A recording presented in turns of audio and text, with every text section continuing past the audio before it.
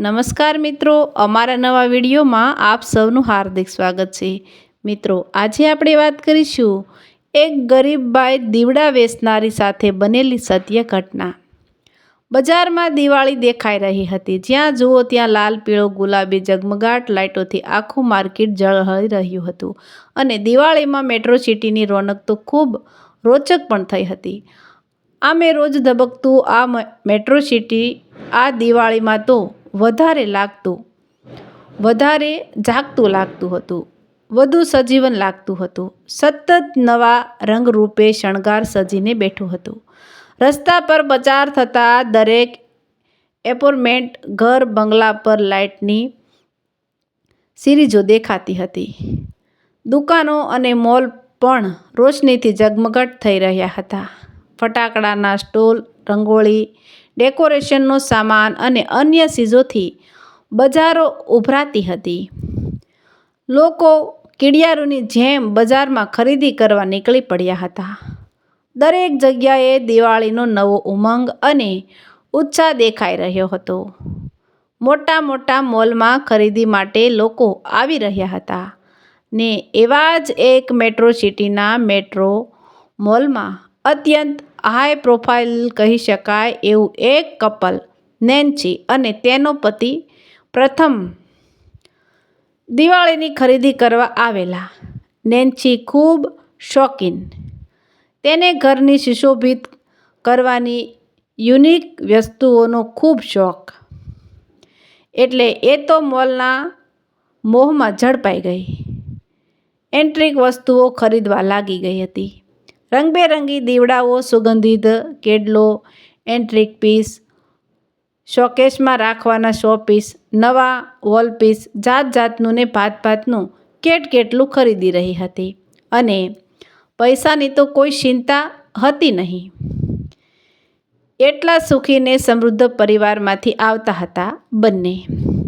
લગભગ બપોરે 2 વાગ્યાના આવેલા નેન્સીને પ્રથમની ખરીદી રાતના 9 વાગ્યા સુધી ચાલી, જેમાં પ્રથમની 2-4 વસ્તુને છોડીને બાકી બધું જ નેન્સીએ ઘર સજાવટના સામાન માટેનું અને ઘરને ઝળહળ કરવાનું મટીરીયલ લીધું હતું। કેટલી જાતની સિરીજો, ચાદરો, ડોરમેટ, ફ્લાવર પોટ માટે ફૂલો, કેન્ડલ્સ, અવનવા દીવડાઓ અને આવું તો કેટલું છે। લગભગ 10 થી 15 હજારનો સામાન ખરીદેલો। આખરે 9 થી 30 એ બંને જણા મોલમાંથી બહાર નીકળ્યા। ગાડી ભરીને સામાન સાથે બહાર હોટલમાંથી જમવાનું લીધું અને પછી ઘરે જવા નીકળ્યા। મસ્ત રોમેન્ટિક મૂડમાં સરસ ગીતો સંભળાતા ગાડી ચાલી રહી હતી અને બંને ખુશખુશાલ ઘર તરફ પ્રયાણ કરી રહ્યા હતા। એવામાં એક ટ્રાફિક સિગ્નલ આવતા ગાડી અટકી। ત્યારે સિગ્નલ પર એક સાવ મેલાઘેલા કપડાં પહેરેલી, વિખરાયેલા વાળવાળી, લગભગ અશક્ત શરીર, કેટલા દિવસની ભૂખી હોય એવી સૂકાયેલી એની કાયા અને કાંખમાં સાવ ફાટલું ઝબલું પહેરેલું એક નાનકડું છોકરું અને હાથમાં કોડિયા। બારીનો કાચ ખુલ્લો હતો એટલે અવાજ થોડો સંભળાતો હતો। અંજવાળું લ્યો અંજવાળું, આવી દિવાળી લ્યો અંજવાળું, એવું બોલી એ કોડિયા વેચતી હતી। એ ગાડી પાસે આવી અને કાચને ઠપકારવા લાગી। ત્યારે નેન્સી થોડી અભિમાની, તેને થોડુંક પોતાના સ્ટેટસનું અભિમાન ખરું, એટલે એને એકવાર ઈશારામાં આગળ જવાનું કહ્યું।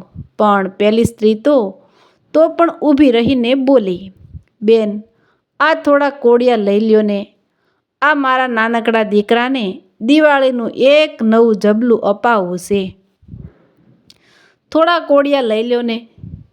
નેન્સી ગુસ્સાથી બોલી, તને ના પાડીને, નથી જરૂર, અમારે નથી લેવું, જા આગળ જા। પણ પ્રથમ થોડો સંવેદનશીલ તેણે કહ્યું, કેટલા કોળિયા છે તમારી પાસે? પેલી સ્ત્રી બોલી, સાહેબ, આ બોક્સ ભરીને 200 જેવા કોળિયા છે, પણ હવે આ બધું લાઇટને ઝાકમઝોળનો જમાનો થયો, તે અમારા સાદા કોળિયા કોઈ ખરીદતું નથી. તમે થોડા લઈ લેશો તો મારા નાનકડા દીકરાને એક જબલું અપાવી દઈશ. પ્રથમ બોલ્યો, એ આખું બોક્સ મારી ગાડીમાં મૂકી દો અને આ લ્યો 500ની નોટ. સાહેબ, એટલા બધા ના થાય, આ તો વધારે છે. પ્રથમ બોલ્યો, ભલે રહ્યા, નાનકડા દીકરા માટે એક નહીં 2 જોડી જબલા લેજો ને તું પણ લેજે અને થોડી મીઠાઈશ ખરીદીને ખવડાવજે દિવાળીમાં બસ. તે સ્ત્રી તો હાથ જોડીને આભાર માનવા લાગી કે સાહેબ, તમારા જેવા માણસો બહુ ઓછા હોય છે. ત્યાં સિગ્નલ ખુલી ગયું. પ્રથમે ગાડી ચલાવી. નેન્સી ગુસ્સામાં બોલી, પ્રથમ, આટલો બધો સામાન લાવ્યા છીએ, જાત જાતના દીવડા છે, એમાં આવા સાદા કોળિયાનું આખું બોક્સ હું ક્યાં નાખીશ? શું કરીશ? બીજાને આપી દેજે. પણ આવા પૈસા બગાડવાની શું જરૂર હતી? ત્યારે પ્રથમ બોલ્યો, એમ તો આમાંથી ઘણી બધી વસ્તુ એવી છે જેની જરૂર નહોતી, પણ લીધું ને. નેન્સી, ક્યારેક પૈસાની નહીં, પરમાર્થ પણ જરૂરી હોય છે, અને આપણે ઘેર અંજવાળું થાય ને આપણી જ આસપાસ ક્યાંક કોઈ ખૂણામાં અંધારું રહી જાય એના કરતાં થોડું અંજવાળું વેચી ન શકીએ? નેન્સી, તને પણ ખબર છે, આ 500ની તારા કે મારા માટે કોઈ કિંમત નથી, પણ આ એક 500 રૂપિયામાં એની આખી દિવાળી ઉજળી થઈ જશે. તો આમ અંજવાળું વેચીને પણ દિવાળી ન મનાવી શકાય? ખુશ થાને કે આપણે કોઈના જીવનમાં થોડું અંજવાળું કરવામાં સહભાગી થઈ શક્યા. ભગવાને આપણને કેટલી ક્ષમતા આપી છે તેનો આભાર માન. નેન્સીને પણ વાત સમજાય. તેણે કહ્યું, સાચી વાત છે પ્રથમ, અને તેને પણ આનંદ અનુભવ્યો.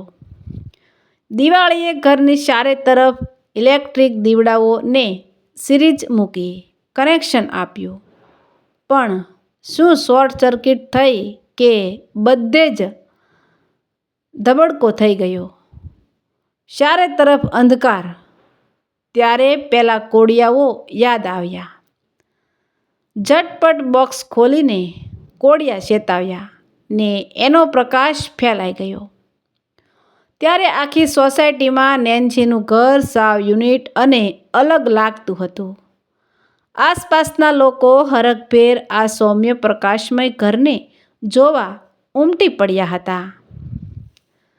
તો મિત્રો, આવા જ નવા વિડીયો જોવા માટે અમારી ચેનલ લાઇક, શેર અને સબસ્ક્રાઈબ કરજો. વિડીયો સાંભળવા બદલ ખૂબ ખૂબ ધન્યવાદ. તો મિત્રો, મળશું એક નવા વિડીયો સાથે. ત્યાં સુધી આવજો.